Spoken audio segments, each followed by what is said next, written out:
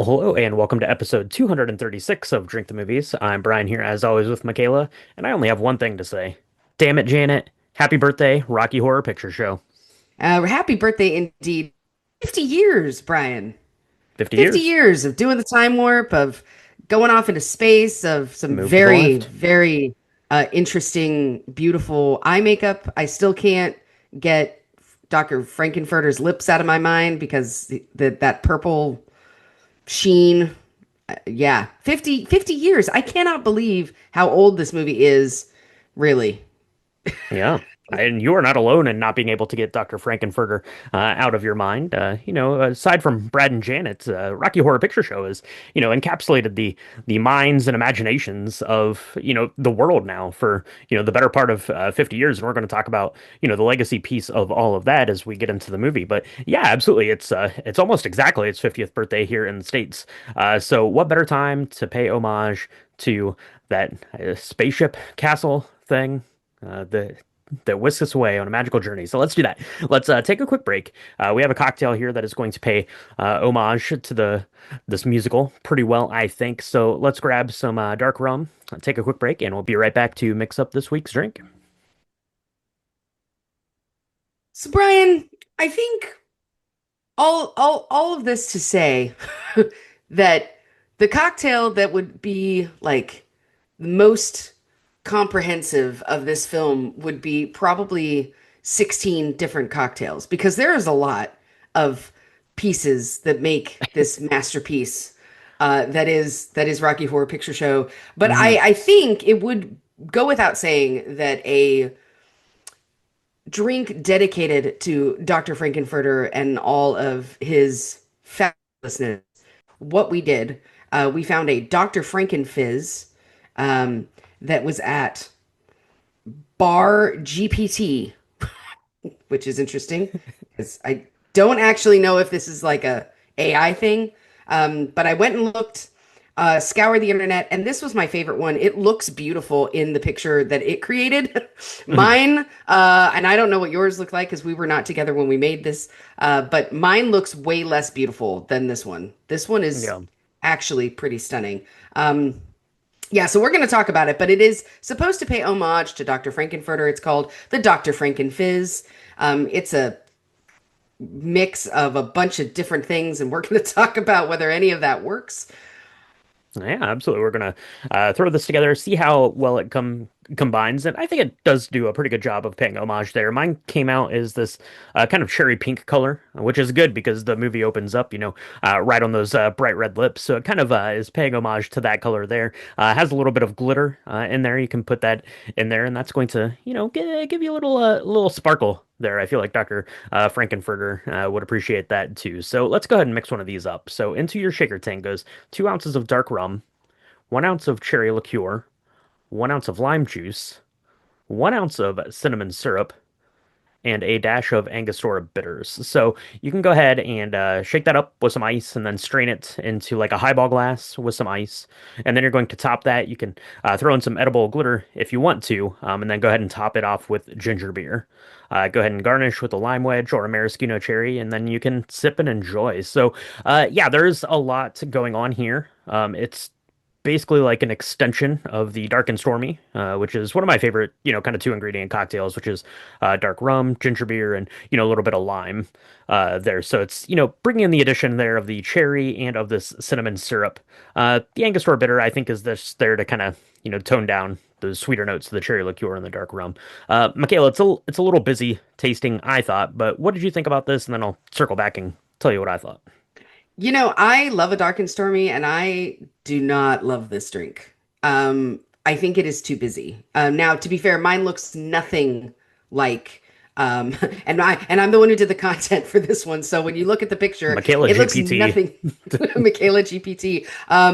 It looks nothing like what the one in the picture from where our the original content, it looks nothing like that. Now I'm wondering if it's because they use like a ginger ale instead of a ginger beer because my ginger beer is Gosling's and it's very, very dark, so it was not going to Pretty cloudy, have yeah. any of that like striations or various, where you have like this dark bottom and this kind of beautiful effervescent top where you can see the glitter through.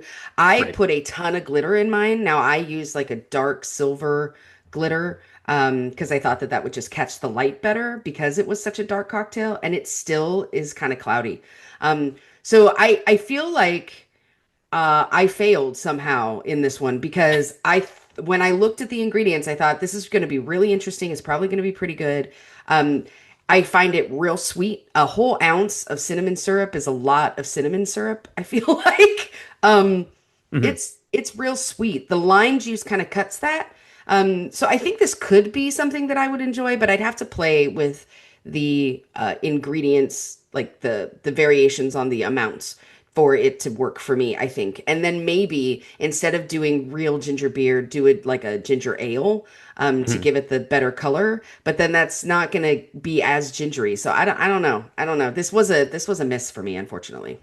We both had the same problem. Dr. Frank-N-Furter hit our cocktails with the Medusa transducers, right? So it's pretty opaque looking there, the ones that we made. Mm-mm.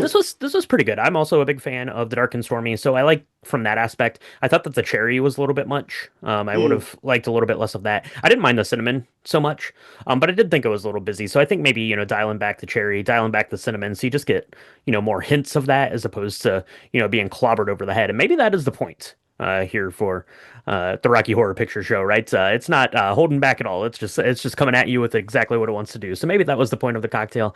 I'm not 100% sure, but this was okay. I might try to tweak it a little bit now that I have these ingredients kind of on the ready Yeah. to go and give Yeah. it another go. So I don't know. Let us know what you think or if you've had a good cocktail because spoiler warning, the Rocky Horror Picture Show is like the longest running, like continuously running movie of all time, and I guarantee that 99% of the places that show it every day have some sort of specialty cocktail. So if you've ever had one of those, send us a picture, let us know about it. We'd love to recreate it here on the podcast. But now that we have our Dr. Frank-N-Fizz, Michaela, we need to go because there is a wedding. We need to go celebrate our friends, and we need to Yep. chat about the 50th birthday of the Rocky Horror Picture Show. We'll be right back. I would like, if I may, to take you on a strange journey. Spoiler warning. I can't believe I'm even saying that because it's like I don't know anybody who has not seen this movie. But spoiler warning for anybody living under a rock the last 50 years for the Rocky Horror Picture Show. We are going to talk about all the things in the Rocky Horror Picture Show, and some of it is going to Mhm. be a little shocking. Some of it is going to be a little funny. Uh, I don't know if any. I don't know how we would possibly spoil this film, but we're gonna spoil it if you've not seen it. So do yourself a favor, go find yourself a Rocky Horror Picture Show themed cocktail. The Dr. Frank-N-Fizz is a good one to start. Go watch the film. It's like a hundred. It's an hour and 38 minutes, and then come back and we can chat about it. I mean, in fairness, if you've never seen it, then you would have no idea what this movie is about 100% for sure. But this you've had a long time to see it. 50 years ago, almost to the day. We're gonna talk about that here in a second. It was because it was released in 1975. It was directed by Jim Sharman, and it stars Barry Bostwick as Brad and Susan Sarandon as Janet, the newly engaged couple who find themselves stranded at the spooky castle where a party is being thrown by none other than Dr. Frank-N-Furter, the transvestite alien doctor from planet Transsexual in the galaxy Transylvania. This was based off the stage play from 1973, and the film opens in London on August the 14th and in the United States on September 26th, which should be, by my calculations, tomorrow. So there you go. Happy 50th birthday tomorrow, officially, of in that 1975. And it bombed, Michaela. Terrible, terrible first year here for Rocky Horror Picture Show. It didn't even make back its very meager $1.4 million budget the first year, but they started showing it at midnight the following spring on April Fool's Day, to be exact. And that's when the cult following begins and gives rise to the Rocky Horror Picture Show that we know and love today. Yes, it does. Now we got to talk about this because I don't know. I mean, you grew up in a very small little town, but did your local theater, or have you ever been to a theater? You're laughing at me. Yes. Did anybody My did anybody show this near you at all? my town of 800 did not show it. I will say the only slightly larger city to the east also did not show it. No, I don't think I was anywhere probably that would have shown this and not even on the regular. A lot of places, some places do show this, nightly or weekly or something like Mm. that. And, then a lot of like independent, movie places will show it, kind of annually or semi-annually or, once a quarter or something like that. So I wouldn't have lived somewhere that would have done that probably until I got to college. Which would have been well later in my life. So I actually didn't see this probably until kind of late on in my high school years, watching it at home. Mm. And then yeah, so I've never been out to a theater to take it in. All of my viewings have been at home. So Ah, excellent. Well, this is like I don't know if I would say this is the first cult film or a film with a cult following, but it definitely is one of the first because, like you said, there is a. I grew up in San Antonio, Texas, and there was a dollar theater. That was a really big deal back in the day. They don't really have them anymore, but there used to be dollar theaters where you would go to a regular theater. There would be a distribution of films, and then they would make it to the dollar theater for like 2 or 3 weeks after their mhm. regular kind of run. After the And run, yeah. that's where I saw all my movies. I didn't even know there was a real theater for the like until I was in my teens because that's all we could afford was going to the dollar theater. And I remember this was back in the day when rocks were soft and the paper told you what time the theater showings were. We didn't have apps and there was no way of knowing, and it was the same time every day for a week. And it would change up like on a Friday. You'd get the Sunday comic or it would be behind the Sunday Mhm. comics or Yep. something. Um and I remember seeing Rocky Horror Picture Show would be showing every Friday or Saturday night at midnight, every time at the Dollar Theater. And I never had seen it. Obviously, I was like 7 or 8. Probably shouldn't. It's probably not appropriate for that age group at this point in time. But I was fascinated by it, and I didn't see it until high school. And I never went to the theater, but it's a huge deal. People like dress up, people go. There are very specific things. Like before the Eras tour, kids, there were very specific things you said and did. And you'd like throw things at the stage. There were props everybody had to bring. It's a whole big deal. And so it's very different seeing it in that experience than seeing it at home, which is Mhm. how I have watched it since the dawn of time. So let's get into it because it's Yeah. it's it's actually a really interesting story. It is an interesting story. It's a fun little journey here, and we start off with the wedding here. We're catching up with Brad and Janet, and they are at the wedding of their mutual friends, I guess. I don't even remember what the friends' Mr. and names Mrs. are. Habshat. Mr. Habshat. I love that, and I love Janet is going on about how great it is to be married. They're kind of wandering off, and I get my this is probably my favorite like little gag in the movie, and this movie is full of gags because it's meant to be this recreation of like this B like horror sci-fi kind of a thing. But the biggest gag is they're walking away from the church and it goes into the cemetery, which is pretty normal, right? A lot of, small churches have little cemeteries next to them, but there's a huge billboard and behind them that says Denton, the home of happiness, with a giant heart on it, right in this like field of the cemetery. And it's so hilarious to me that it's the home of happiness and it's like planted right in this cemetery plot right there. And you get the Damn It Janet song, which is amazing and fun. And they kind of go through, and it ends with, Brad proposing to Janet. So everyone's excited. They're going to get on the road. They're going to go celebrate with the doctor whose class they took right when they first met and fell in love. I think they don't really get into the specifics of why they're going there too much because that's not important because the car breaks down and they're going to be swept away into a whole new world. Literally a whole new world. Um, I think this part is like my favorite part is when they're together. It's pouring down rain. There's a light at the Frankenstein place or Frank-N-Furter house. They go into this house. It's gross. You got a guy with a giant, hunchback. Like, hello, welcome. That's his riffraff. Um, Mm. and there seems to be some sort of party happening. Riffraff, a Um, handyman. he's a handyman. He's handy. That's true. He's got a giant. His sister Magenta is there. She's like got this maid costume, and everybody A else is domestic. dressed a domestic. Yes, that's true. Um, everybody else has got these weird costumes on, and they do this famous kind of welcome to them. Brad and Janet are terrified. They don't understand what's going on.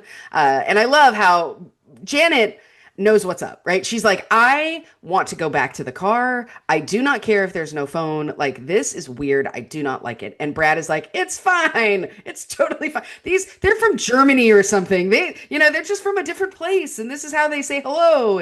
And they do this giant dance called the time warp. And she's like, nah.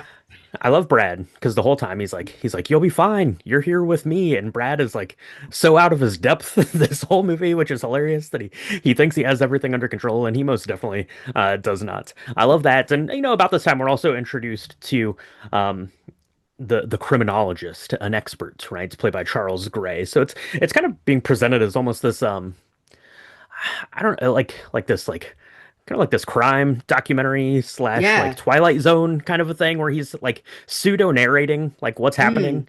Mm. Hmm. And it's kind of heavy-handed in the beginning and it's kind of heavy-handed in the end. He kind of leave him to the sides, in the middle when all the song and dance and stuff at the party is going on. But I really like that. Charles Gray is was an extremely famous actor at the time, so it was pretty big boon that he was coming in to kind of narrate this as the criminologist. But yeah, he comes in and is kind of giving you a little bit of the background on what is happening, and then we really are learning.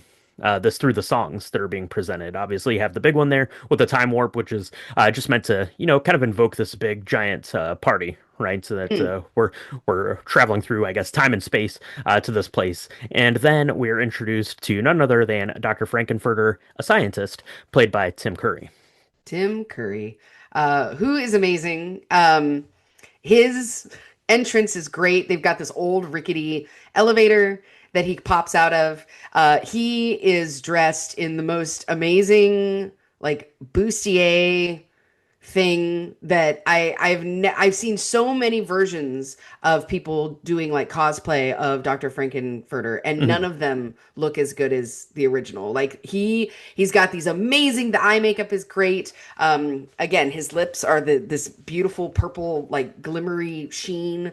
And he scares the bejesus out of Brad and Janet. They do not understand him.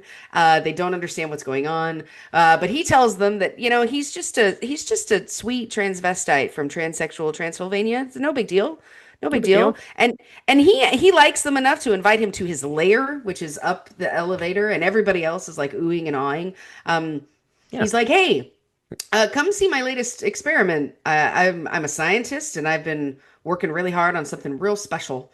And yeah, it is real special. It is real special. It's It is real special. Absolutely. It is none other than reincarnated man, I guess. I love the tank that Rocky Horror mm, is in. It's like I don't know, it's like a big like I don't know, fish tank kind of a thing. And it looks really cool. Like it looks like there's water in it, but I think it's just the way that they had painted like the front pane of the glass and it's like lighting up and like he's like dripping these weird like I don't know, like food coloring, like drop things into yeah. it. It's pretty wild. And then he comes to life. Peter Hinwood here is playing Rocky Horror, a creation there, and he comes and he's very much like this statuesque, blonde, man, right? That Dr. Frank-N-Furter has created, and that's kind of the main crux of the story. There is Dr. Frank-N-Furter obviously is, I guess, his created master, right? It's like a Dr. Frankenstein sort of a thing there, but completely smitten with this creation that he has made, and the creation does not seem to be all that interested in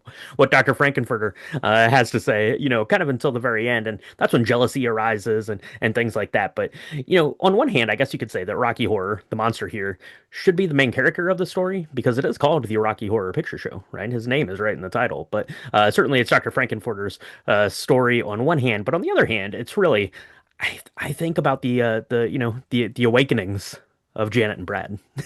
Yeah.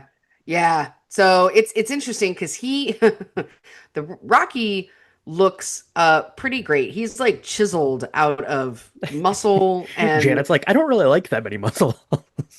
yeah, at first she's like, I don't know. Well, No, maybe not. she says it to Brad, and it's Right, one of of those course. things that she says and doesn't mean, and you can tell right away. Yeah, oh yeah, 100%. But Dr. Frankenfurter sees that there's obviously this kind of connection between Janet and Rocky, at least a little. She's very like the lady doth protest too much kind of about it, right? She's like, I don't know, I don't like him at all. But Rocky and Dr. Frank-N-Furter go up to Dr. Frank-N-Furter's, I don't know, private lair to go and hang out together, if you know what I mean. But this is when things kind of take a turn, right? We see one of my favorite scenes is when one of my favorite artists of all time, Meatloaf, kind of shows up on the scene, right? In a giant motorcycle, and he's got this giant gash in his head, and he's singing his songs, he's running around. And you realize that, Rocky might have been this perfected creation. Hmm. But Dr. Frank-N-Furter is a scientist, which means he has done a lot of experiments. So he was trying to uh, do something with this Eddie character who was like a biker, and ended up like taking a piece of his brain in order to like put it into Rocky or something like that, and it did not go well. And there's this really great scene where he's rolling around on his motorcycle, and then Dr. Frank-N-Furter has had it up to there with him and ends up like killing him with a pickaxe in a Yeah, puts him room. out of There's his like this misery, he says, right? Or it's it's a mercy mercy killing. killing. It's a mercy killing, he says. Yeah, that part's okay. I do like that Eddie is being kept like in like deep freeze, and the door opens, and it's literally just like a cube of ice that he's in, which is pretty funny. Yeah, absolutely. So so that happens. So then everyone starts to get a little bit more suspicious of Dr. Frank-N-Furter, and it's time to retire, right? So Brad and Janet go up to their separate rooms, right? I don't. They couldn't stay together. This is like a house of debauchery. They had to stay in separate rooms. Well, you find out a little bit later that they're going to stay in separate rooms because Dr. Frank-N-Furter has ideals about doing a little seduction there, which Brad and Janet, don't seem to, fight off too hard. Too hard, I will say. But eventually, Janet's gonna head down and wonder how she can get out of the situation. As I mentioned, Brad is way out of his depth here. She's gonna have to take some matters into her own hands. But the trouble is when you're looking for an exit and you stumble across the statuesque Rocky Horror, what is one to do other than to get into that tank and just see what happens? See what happens. And that's where we see Susan Sarandon's, this is like her second musical number where she sings, because I think maybe her third. And it's so funny because they've stripped them, by the way. Like, right? Like, while they're at the party, everybody takes off all of their clothes. So Brad and Janet are in underwear the whole time. Hmm. Uh, Hmm. um, and Susan Sarandon does a really great job of like being like this meek, mild-mannered girl until she gets alone with Rocky Horror, and then she's like, "Touch me! I want to be dirty!" Like she sings all these great things, and that really, really infuriates Dr. Frank-N-Furter because Rocky Horror was made for him. It wasn't made for anybody else Wasn't made for her. to have He only has that. himself to blame, Dr. Yeah, well, Frank-N-Furter.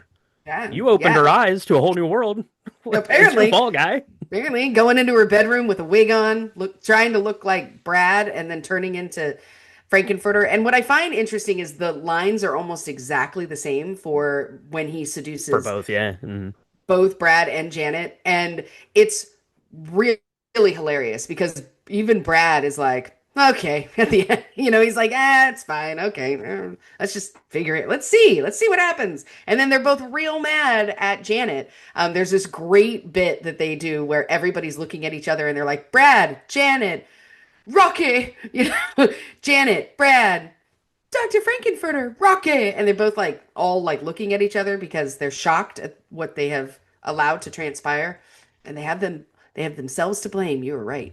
They have themselves to blame, absolutely. But yeah, Dr. Frank-N-Furter is upset, right, when this happens. So what is a transvestite alien from the planet Transsexual in the galaxy Transylvania to do? That is to freeze all of these people, right, with his Medusa transducer. Turns them into like Statue of David looking people, right? Mm. Kind of. And then once they're all frozen, what do? You're having a party. and you freeze all of your people into statues. So then what? Where does the party go from there? Well, you take them all to a stage, of course. Obviously, that is the natural next step, and you decide to put on some sort of cabaret production, and you're going to do a little singing and dancing, and then you can unfreeze these people, and now they're in full cabaret costumes, and they can sing, they can Mm. dance, they can go into an orgy-esque pool. Swimming party. That's going to be good. That's going to be good. But unfortunately, Dr. Frank-N-Furter has been upset about, Rocky Horror and, how things have progressed between Rocky and Janet and kind of how this night is going just in general. He's been a little bit irked. But you know who is really irked in all of this? That is, of course, Riff Raff, played by Richard O'Brien, and Magenta, played by Patricia Quinn, brother and sister pair. They've decided that they have had enough of Dr. Frank-N-Furter's nonsense. They want to take matters into their own hands. Yeah. Yeah, I love them because they've been watching this whole thing happen. And at first, they seem to be like servants to Dr. Frank-N-Furter. Um, but they kind of have decided that they do not agree with the total extravagance that Dr. Frank's been having. They don't agree. They think that he's gone too far. You've gone too far this time. And so they decide to take matters into their own hands. They kind of declare a mutiny. I love that at the very beginning, when we look at the wedding, we see both Riff Raff and Magenta in the back of the church. And Mm-hmm. they're supposed to be like the farmer and his wife, like looking, right? And he's got this Yeah. pitchfork. And then Is that that American pitchfork is Gothic? Is that what that actually, picture is called? yeah, yeah, exactly. And he's got this pitchfork and he uses the pitchfork as actually a gun. It's It's these like a chrome-plated pitchfork head. well, it's like gold chrome. Yeah, it's like and they're like, "We are going home." And at first, Dr. Frankenfurter is like, "Oh, great." And he sings this whole song about how it's time to go home and I've learned my lesson. And they're like, "Nah, nah, we're No. gonna kill you." I feel like this is not the first time Dr. Frankenfurter has performed that song to explain away his misdeeds. Absolutely. So they're going to shoot him. Rocky does come to his defense, though, right? He is his creator, after all, and grabs him, and they keep shooting Rocky. This is the most hilariously bad looking like laser blast of all Yeah. time. It's purposefully done because there are a couple of other special effects in the movie that aren't too bad. Like I mentioned, Rocky's transformation, that one's pretty good. Here in a minute when the house blasts off and goes into Mm. space. That one looks pretty good. There's a bunch of like fog on the ground that everyone gets left in. That looks pretty good. This looks so completely terrible, and it's so hilarious that it looks so bad. But they're shooting. They shoot Rocky like 100 times, right? And it just keeps like bouncing off of him as he's climbing the arcade tower, which I thought was really funny because he's taking Dr. Frankenfurter up this RKO tower. They had mentioned um, King Kong and Mm. whatever her name is in King Kong. I'm totally drawing a blank on right now. Like earlier, I think the lips might say it, like in that opening kind of like Yeah, monologue yeah. song kind of thing. So it's coming full circle there as they're climbing this tower, but eventually they do fall down into the pool. And then the house can take off. They can get out of there. I do like Riff Raff and Magenta basically tell Brad and Janet and also the other Dr. Scott, who has showed up to try to find his nephew, Eddie, there Hmm. is going for the world. To tell them to get out of the house because they're going back to the planet Transsexual. They're getting out of here. Earth, I guess, is a downer. I don't know for sure, but they want to get out of there. That's exactly what they do, and it leaves kind of our two heroes and heroines, crawling around in this mist on the ground, and then it cuts back to the investigator guy. What Mm. is his name? What do they call him? The criminologist, who kind of explains away the end of this tale, and that's where it ends. It is a wacky romp of like I said of awakenings Mm. of joy of exploration. Rocky Horror Picture Show. What else can we say about it that hasn't been said in 50 years? So I don't know about you. How often do you watch this? I mean, has it been a really long time? I've probably watched this. I mean, probably in total. So this was probably like the fourth time I've watched it. I'd probably watched it, like three or four times, like kind of leading up to this. So I definitely don't watch it every year. As I mentioned, I don't go, to the theater to see it because midnight is way past my bedtime, to be honest. That's true. But it Yeah. would be fun to see it in person because I guess some of the bigger showings, will actually have like actors, like people will be like designated to like play these parts to like reenact like alongside of the movie, which sounds really fun. But I've never been to that. Maybe we'll have to rectify that here sometime in the not too distant future, especially as we're at 50 years right now, to the date almost. So yeah, probably like I said, I watched it late in high school and then probably watched it probably once in college and then maybe kind of once since, something like that. Yeah, yeah. I mean, so you're not going to believe this, but back in the day, I in Texas, my two oldest friends, Jeff and his husband John, we would put up a Christmas tree together in their living room, and this was always the movie that we would put on while we were decorating the tree, which makes no sense. We were trying to come up with something that was like festive and fun, but wasn't Christmassy at all. And I Mhm. don't know why I picked it, but we picked Rocky Horror Picture Show. And so I have seen this movie dozens of times because every year I would go to their house and their tree is pretty immense. It was like a 12 or 15-foot extravaganza, and it would take a lot of work to put it up and decorate all the things. Mhm. And so it would be perfect because we would all stop decorating to do the time warp and then we get right back to it. And by the time we were done, the movie would be over, and then we could admire the tree and sing science fiction Mhm. double feature. It was great. So I've seen this a lot, and it's interesting to me because there are things that I notice now, even watching it after dozens of times. The happiness, the heart of happiness. I literally only saw that maybe 4 years ago.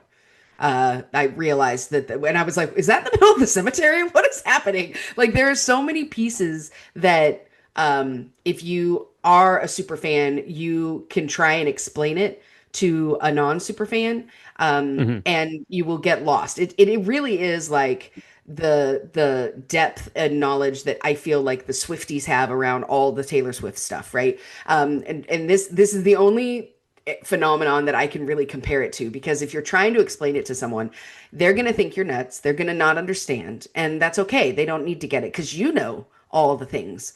Mhm. And there's so many things about that, like so many interludes and like pieces of the set that people are like, look at that piece and look at that and see what they're doing there. And in the background, all of this stuff is happening. And you've got to really pay attention. And that only happens if you see it hundreds of times.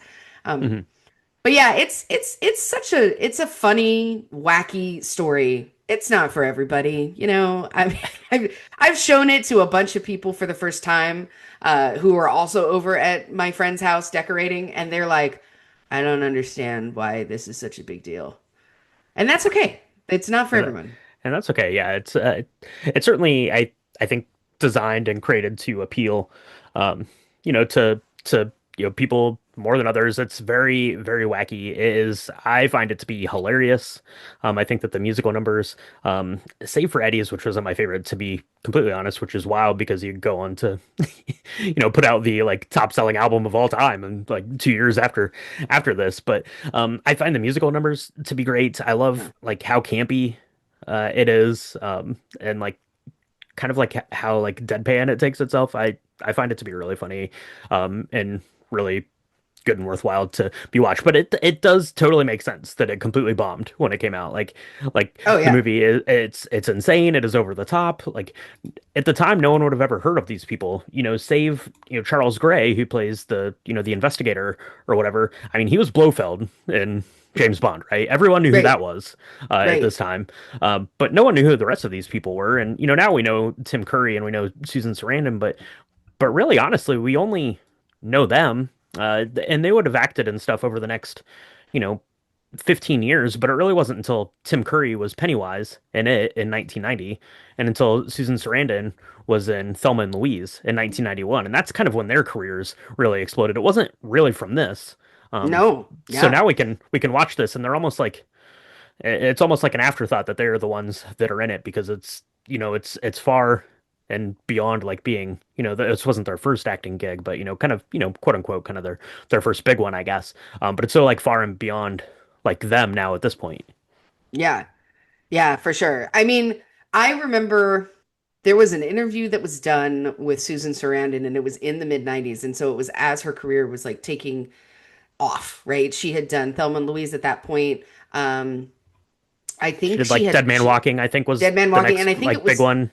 yeah, and I think she had just won her Oscar during the time of this interview, and they're asking her about like how she felt about Janet's character, and if Janet was like really a goody two shoes, or if she was like, there's a line that where they scream at her in the theaters, because they all the audience is like, you were kind of a slut, and she's like, oh yeah, she definitely kind of has her sexual awakening in this, and it's funny because when they talk about what happened, it sounds like it was just really fun to make. The film was really fun to make, and Hmm. they weren't expecting it to be a hit, but they certainly were not expecting it to develop into what it is today, which is still being played. I mean, in Charlotte, I think I just looked it up. There's still showings of it, and it's Hmm. not every week, but it's once a month.